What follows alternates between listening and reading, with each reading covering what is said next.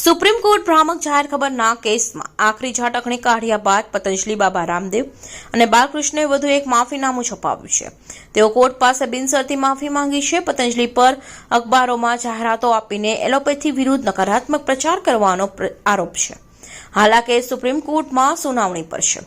ઉલ્લેખનીય છે કે પતંજલિએ ગઈકાલે નાનું માફીનામું છપાવ્યું હતું, જેના પર કોર્ટ નારાજગી વ્યક્ત કરી પૂછ્યું હતું કે શું તે જાહેરાતની સાઇઝ તેની દવાઓની ભ્રામક જાહેર ખબર જેટલી છે.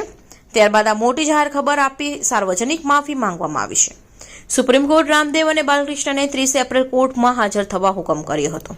પતંજલિએ ગઈકાલે છપાયેલા સાર્વજનિક માફીનામામાં લખ્યું કે અમારા દ્વારા જાહેરાતો પ્રકાશિત કરવામાં થયેલી ભૂલ માટે અમે નિષ્ઠાપૂર્વક અને બિનશરતી માફી માંગીએ છીએ.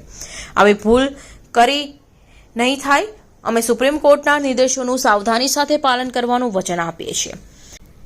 રામદેવના વકીલ મુકુલ રોહતગીએ ગઈકાલે કોર્ટ સમક્ષ દલીલ કરી હતી. અમે માફીનામું રજૂ કરી ચૂક્યા છીએ, જેના પર જસ્ટિસ હિમા કોહલીએ પૂછ્યું કે કાલે કેમ રજૂ કર્યું. હાલ અમે રજૂ કરેલા બંડલો જોઈ શકીશું નહીં. તમારે પહેલેથી જ રજૂ કરવું હતું.